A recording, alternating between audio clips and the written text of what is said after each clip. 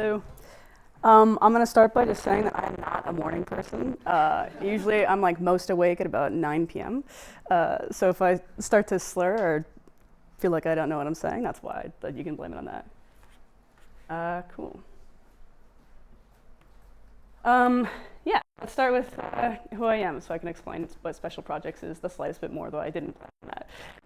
My name's Jackie. I'm an audio storyteller. I've been doing that for over 10 years. I'm older than I look, I promise.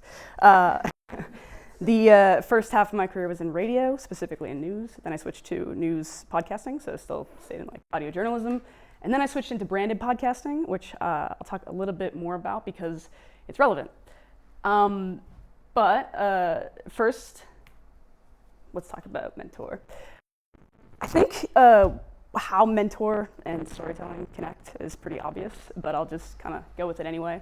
When you talk to a mentor, they're giving you the checklist of what to do. They're not telling you exactly what you should be doing. They're walking you through it. They're connecting with you. They're figuring out how to, can you hear okay back there, by the way? Okay, cool. They're telling you how to do something by connecting to you to make sure it resonates. Because yeah, if they just give you a checklist, it's not gonna feel personal to you. I think what I was thinking about is like when you go to a movie and you watch a movie with your friend, and then at the end of it, you come out and you say, wow, that was like freaking crazy. That was like so impactful. Maybe it's like The Meg or something, I don't know. Which is a shark movie. I don't know if you guys have seen it, but it's a favorite. And you say, can you believe that this was about this? That like, I felt that so strongly. And then they say, well, actually, it was about this, and I felt it strongly. And I think that's why storytelling is such a powerful tool to be able to connect with people. It's because art in general has a layer of like subjectivity, where the filter becomes you and your experiences. And so you're able to filter it, and so it feels personal.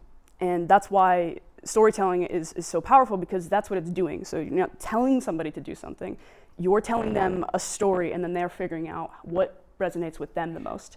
And that's why it's such a powerful tool that's used by brands. So let me talk a little bit more about the purpose of this framework and the branded podcast situation. I'm not going to pitch my company. This is relevant to why I developed this whole strategy. Does anybody know what I mean by branded podcasting? No. Yeah, okay. It's one of those things where there's like a knowledge bias, because I hear it every day. I'm like, it's like, what do you mean you don't know? Branded podcasting is exactly what it sounds like. It is brands making podcasts. We are an agency who work with brands, and they come to us and they say, wow, podcasting is the best thing ever, and I love stories, and can we have one? And we say, okay, and they're like, well, what's it about? And then they say, well, I don't know yet.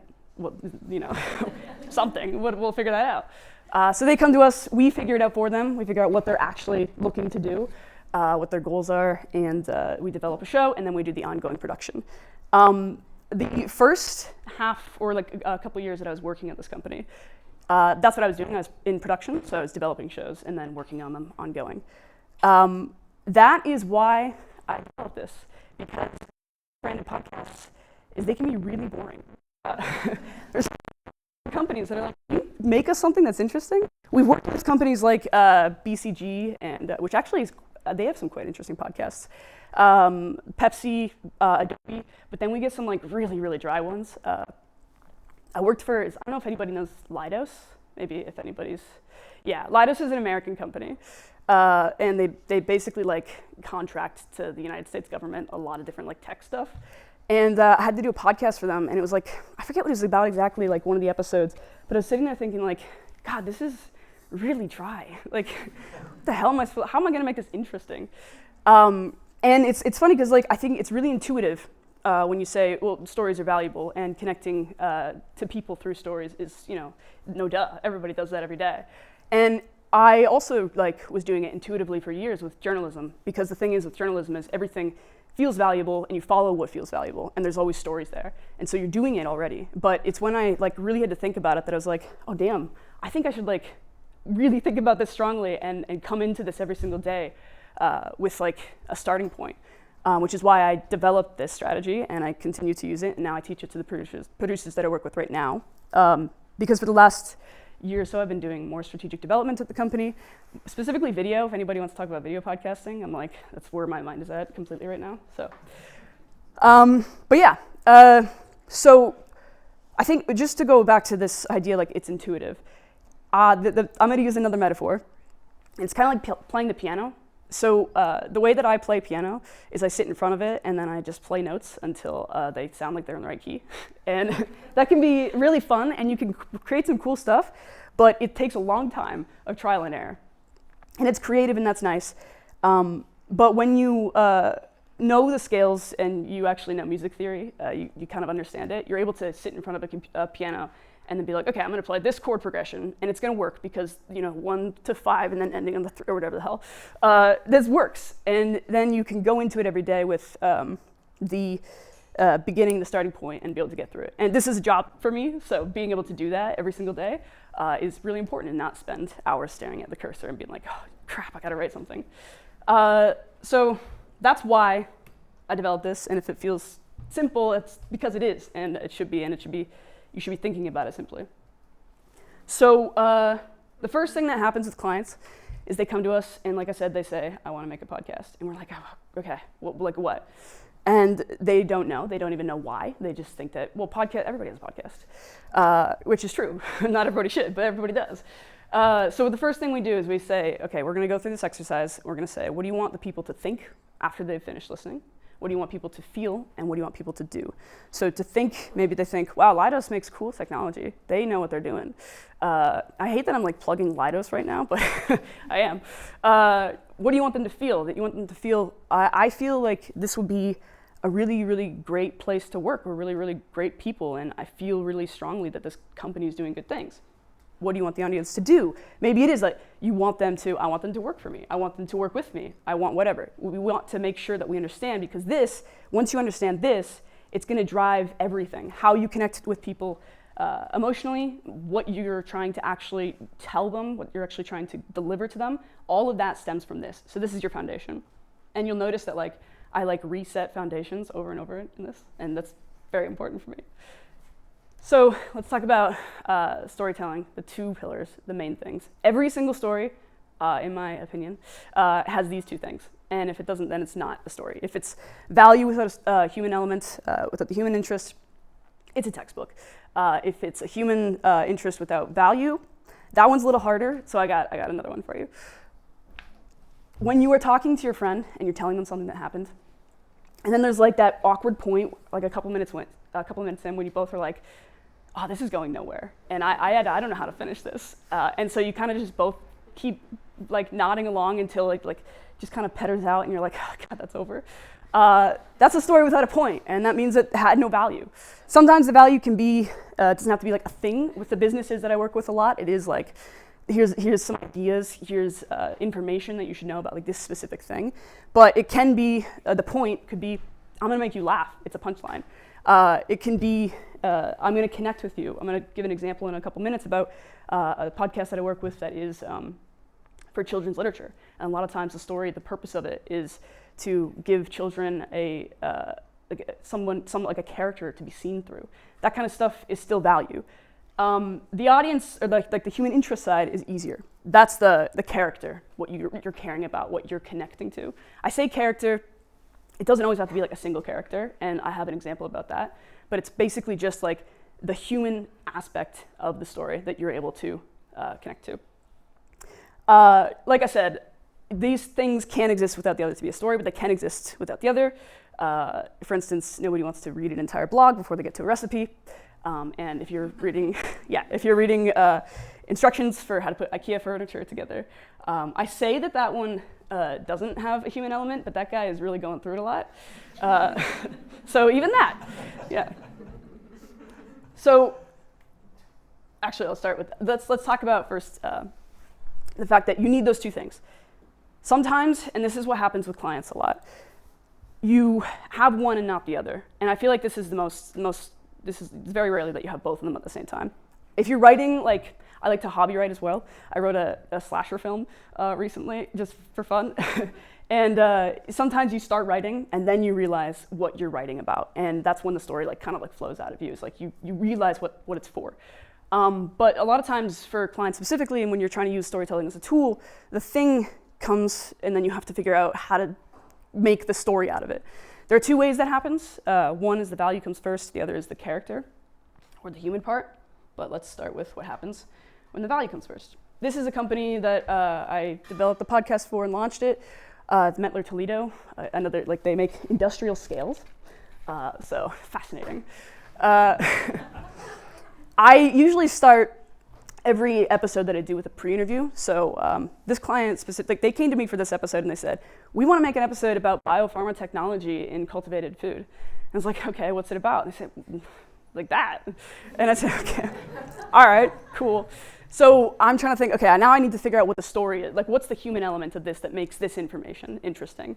So I started talking to the expert and I asked him a bunch of questions. What I'm looking for is the impact of the information, as in like the technology information that they're sharing. What's the impact of it? Why is it important that we know this? What would happen if we didn't know this? And then this is where I often look for the story part, which is why was it discovered? Because that is usually, things are developed usually as a response to a problem. It's a solution, right? To me, that's like the easiest place to look when you're trying to figure out what the story is. It's that you're trying to figure out what the human part of that is, but that's the first thing I'm looking for. So in this situation, we ended up making the episode about, there is a lack of arable farmland, and that's like becoming an issue. Arable meaning like usable farmland. It's becoming more and more scarce, and it's like a problem that we're gonna have to face as humanity. So this technology, being able to cultivate meat and grow it in different ways, it's an alternate solution that's really, really important. So we're talking about this technology, but we're giving it like weight, we're giving it the emotional bit. And this is what I mean by it doesn't always have to be that there's a character specifically. The character in this situation is like us, writ large. So it's like, this matters to me because in 2050, I want to be able to eat, and I want to be able to know that everybody around the world can eat. And that's why it matters, and that's like the human part. So that's what I kind of went for. Then there's a situation where you get character first. This is the podcast that's about children's literature. So it's basically, we get authors who write for kids, and it's aimed at librarians, and we talk to them, and the whole point is that we're trying to like deliver like the importance of to librarians, the idea of the importance of literature for kids in schools and whatnot. Just kind of like if the client works with libraries, so it's like connecting with that audience. It's a really interesting podcast. I really, really liked working on it, and I was sad to move off of it when I like switched roles. But yeah, this is an interview that we did with Gregory Maguire, and I don't know if does anybody know who that is? Because you will. You know Wicked, the movie that's based on the play that's based on the book, that's based on a movie that's based on a book? He's in the middle of that. He wrote the book Wicked. And if you know Wicked, you know the story, then a little bit more of this will make sense. But yeah, so he was like handed off to me and said, okay, let's make a podcast with him, let's talk to him. And I said, it's great because authors are fantastic storytellers and they have a lot to say about themselves. I always start every pre-interview with, tell me as much as you'd like to about yourself, like how you got to where you are today. I've had an author speak to me for 45 minutes on that question. That was a tough one. But what am I looking for? The value in this situation, to me, is what they believe. So I'm looking for what they believe, why they believe that, and how that has shaped them and impacted them. This doesn't always have to be the case. It can be more tactical. So if you're talking about like something like business or finance, I don't know. Unfortunately, I'm very deep in that space, so that's where my mind goes to. But in those situations, like it's like, okay, what's the thing that they learned through a problem that they had, something like that. When you have those two things, once you've identified what the character is, what the value is, in this situation, we identified the value as the value of teaching empathy to and extending like empathy to all and like the nuance of good and bad characters in children's literature. And I will get a little bit further in on that in a moment. But once you have those two things, you then have to find the intersection because they can exist together, but if they exist separately together in the same thing, then it can feel messy and it doesn't feel intentional and it doesn't feel natural. So the intersection, I like to call the emotional part, the emotional vehicle. That's what carries the value. So an emotional vehicle with a purposeful destination. If you're able to mix those two things, that's what you get, and that's what a good story is. The problem is like That's easy once you have those two things, once you figure that out, but now you have to get your brain wrapped around that, because sometimes they can feel disconnected, and that happens a lot. And this is a strategy that I use every single thing, everything I write, I do this thing, and then I make every single producer that I work with do this as well, and it's like noticeably, it makes noticeable differences. At the beginning before I start writing anything, I put one sentence, I challenge myself to tell what the thing is about in one sentence. This sentence is for me, so they can be crap. It's okay. But it's supposed to just set me and to give me like that foundation. Again, like I said, I'm always kind of like resetting foundation. Give me that foundation, because the thing with when you're creating stories is they kind of just start naturally like to do this. Things kind of like spread out. And if you don't keep it contained, then what you're doing is you're like throwing too much stuff at people. And then everything gets lost, and you're kind of muddying what like the whole thing is that you were trying to say in the first place. If you can keep it as simple as possible, then you're telling something that's specific and direct, and it's going to be more impactful. So I do this every single time. In the Gregory Maguire case, I wrote Exploring Characters Beyond the Surface, Extending Empathy to All, about pharma technology. I wrote How Technology from the Pharma Industry is Leading the Way to the Future of More Sustainable Food Production. When you're working with other people too, this is a really, really great way to make sure that everybody's aligned as well, because you could think that you're thinking the same thing and then realize you're not. So yeah, that's the next step. The problem is that now you have to put it into an actual story and create an arc. And humans aren't very good at that naturally. You have crazy stories. You don't get the like movie or novel or whatever where it's like just like nicely told and you get that nice climax or whatnot. Humans have a lot. You could have like a really decent time and then a little bit of a dip, and then have a really good time and then another little bit of a dip, and then figure it out. You could maybe just like have one really bad dip and then recover from that quickly. You can be really boring. That happens a lot. So it might seem like, intuitively, it might feel like the story is going to come from the character element, and that's not the case. The structure, to me, always comes from the value. The value always has the same three things. You want to show that it's needed, prove that it's useful, and then present it. This doesn't always have to be in this order, but I've found that this is, in my opinion, the best way to do it. Value feels more useful once you understand why. So once you give the stakes, and then you say, as opposed to just saying, you should do this. And then somebody's like, well, why should I do that? Instead, you say, you have this problem. And they say, well, what can I do about it? That's the way that I like to do it. There are situations where it's different. All of these are just like basic frameworks to get you started. Creativity is about breaking rules, but this is my typical 90% of the time the order that I go in. But now you have to figure out the actual story arc with that. And the trick for me then becomes, how do I plug in the story, the person, the human element into that? So I kind of have a basic arc. The value arc, this also just means that the human story isn't always linear. But there's the reality before the problem. Again, it doesn't always have to be like a problem, but this is like the conflict. And a story without conflict is not a story. So the reality before the problem, the impacts of the problem, and then the opportunity for change. Then you get to the journey of discovering, so comparing those possible solutions, the implementation of that, and then like what happens, and then there's the results and learning. So how do you fit the human part into that? You get their life circumstances, the context, what's important for people to understand about them. Within that, I'll give you an example in a moment. Encountering the problem, like when they came across it and the impact that it had on them, and the trials and that discovery phase they went through to overcome it. What finally worked, and then the result and learnings. This is the example with Gregory Maguire. Gregory Maguire, like I said, the whole point was like empathy and the nuance of people. That's the value arc. So we had, bad and good characters set unrealistic expectations, especially for kids. When you say somebody's bad, somebody's good. It's like, it sets unrealistic expectations. Humans aren't like that. I've done bad things probably. I forgot to pay for a chocolate bar one time, and then I had to go back and pay for it later. It happens. That's not a great example, but yeah. The next thing, so stories give us the opportunity to explore and challenge this nuance. We can do that within stories. And for Gregory Maguire specifically, it's the fantasy genre. I like to get like as specific as possible because if you like widen it too much, like I said, it just like dilutes the whole point of it. So in his situation, it's fantasy. You would know that if you've seen Wicked. There's somebody who's green. that doesn't happen, I don't think.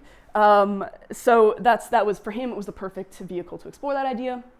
Then we get the results of implementing that in children's literature, and then we have the discussion about the philosophy and reflect on that.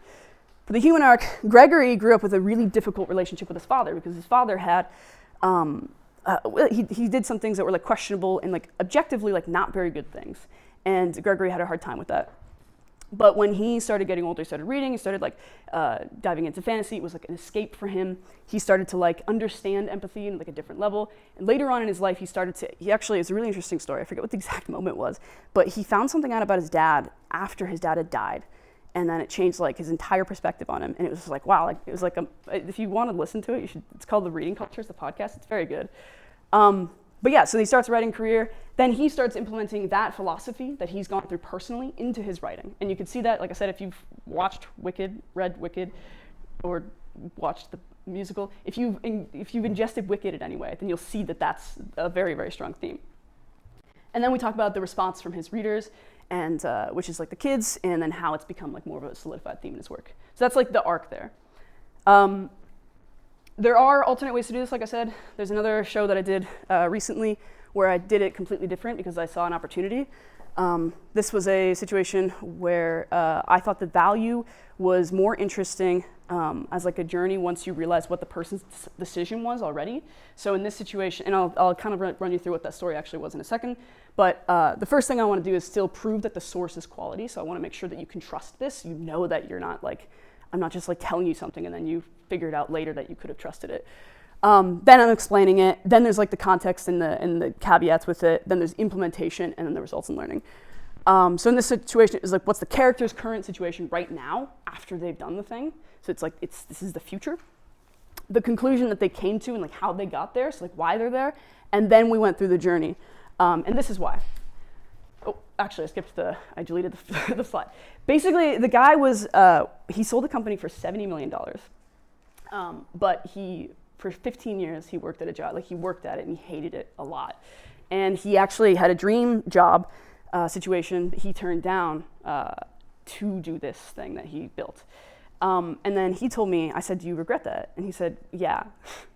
And like, I think anybody, if you say, I made $70 million and they say, I regret it, you'd be like, what the hell? What do you mean? And most people would. And that's the thing, I liked that like shock value kind of.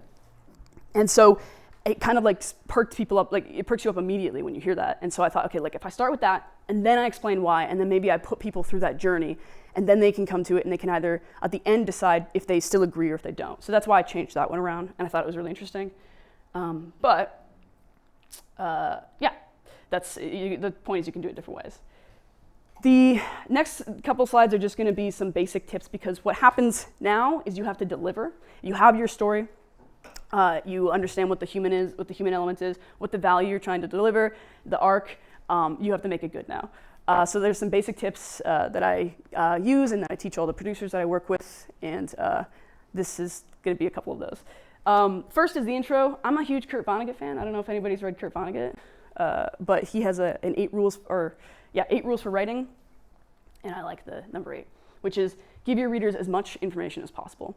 As soon as possible. I think it's really naive to think that you can just expect the reader to trust you, that you're going to deliver something, or the listener, or whatever type of way you're telling the story. If you do that, and then you're just kind of like, okay, just keep going, just stay with me here. That's not often going to happen. I don't think most people here is like going to write like, I don't know, who's I'm trying to think of a female writer, Margaret Atwood, Canadian female. And that's okay, but like the point is that you want to be able to prove to the person why they should invest their time, especially because we live in like, there's so much content, and if you don't prove to somebody why they're going to actually get something out of it right away, they might give up. And if somebody gives up before they get to it, then it doesn't matter what your value was and how good your story was. So I always, in the first 60 seconds, I'm always challenging myself to explain what's in it for them, why they should trust it, what's the subject for human attachment, so what's going to be the emotional connection here, and then also what's the story climax. So I'll just say, like for that example that I just said with the guy who made $70 million, I said in the beginning, this guy made $70 million and he regrets it. And you say it right away. There's actually a really interesting book that that Kurt Vonnegut wrote that really shows this theory, like how effective this theory is. Like, it's called Galapagos. I don't know if anybody's read it, but basically anytime a character is going to die, for like the 2 chapters before, there's a little asterisk beside their name, so you know they're going to die. And he said it right at the beginning, and it's just like, it's fascinating because I'm like, oh, I know it's coming now. He even like tells you what the end of the book is at the beginning, but you're still interested the entire way because it's the journey, right? That's what matters. That's why you're interested in a story in general. But yeah, the next couple things. One, I'm just gonna say it again, stay on theme. If you give too much, then it's not memorable, so it's like it doesn't matter. If somebody walks away and there's like 100 different points, they're like, wow, what was it? But it's not as impactful, so it doesn't really matter what you said. If you have 100 things that you need to say and that you want to say in the story, that means that you have 100 stories. Like, you have different stories. Don't try and like throw it all away in one. And that happens so often. And then the other thing too with like podcasts, like they're ongoing. Clients will be like, I wanna do this whole episode on like just like one technology or something, or like one concept. And it's like, that's great, but like, what are the other 100 episodes going to be about? And then they don't realize how quickly you can run out of things. So it's important for multiple reasons. One, to make sure you have lasting content, and two, to make sure that you're actually delivering on the thing. I always like to say, you're answering one question an episode. There's one main question you're answering. Everything else, like, there are multiple questions that can stem from that, but you should do one main question and answer every single time. Second, cut. Pacing is very important. If it gets too dry or it's too long, if the pacing isn't good, people are going to stop, and it doesn't matter what the value is, because they're not going to get it, because they're going to be bored. Your audience will never know what you cut because it's not there. So anytime you're thinking that something is important, but like it doesn't really fit in, but you think it's really valuable, they don't know that you had that. And it's better to give them 90% and make them feel like they want more than it is to give them like 150% and be exhausted by you. Speaking of more, the moment somebody stops having questions is the moment that they have a reason to stop paying attention. So anytime you're answering something, I always make sure that I'm opening a new loop before or like immediately after. Because yeah, if there's nothing left for you to answer, then that means there's nothing left for you to say, and the story's over. A couple other things, the listener stakes. So there's the two. This is different from subject stakes because it's the why is it important for them. This is another like a whole other conversation, but it's really, really important to know exactly who you're writing for or making a podcast for or whatever it is, who your audience is, because you want to be able to figure that out and like talk to them directly and say, I'm making this for you because you need this. Like, this is a solution that you need in your life. Another Kurt Vonnegut rule is write for one person. He always said that he wrote for his sister. I am a fangirl of Kurt Vonnegut, clearly. But that, yeah, you want to make sure that it's important, because then they have a reason to keep listening again. Subject stakes, you still want to make sure that there's like an emotional connection, because if they don't care about what happens next in the emotional part of it, then they obviously don't care, so they don't need to keep listening. So even if the value's there, at that point, then this is back to the like recipe blog thing. Nobody cares. I mean, maybe, okay, I don't know if some of you care about the recipe blogs, but I don't really even care about the recipes. Close the loop. If you mention something, you have to pay it off. You can't mention something and not pay it off, because it feels like there's something missing. And the way that I like to picture it, every single story, is, I don't know if you're like a visual person, I think maybe some of you are, because this is a creative space, but I like to picture every story as a circle. It should always feel like it's been closed at the end. And I know that like that kind of makes it sound like it goes right back to the beginning, so maybe instead of picturing it as like a physical circle, it's kind of like how the sun revolves around the earth, the earth revolves around the sun. Well, we are the center of the universe. No, but it's clearly those science podcasts aren't sticking in. But it's like how the earth revolves around the sun. It's going to go all the way around. It's going to come back to the start. It's going to be a new day, but it's going to come back to the start. So every single story to me is that circular thing. If it's not, then it doesn't feel like it was completed, and it doesn't feel feel fulfilling. So I always make sure that I've paid off everything.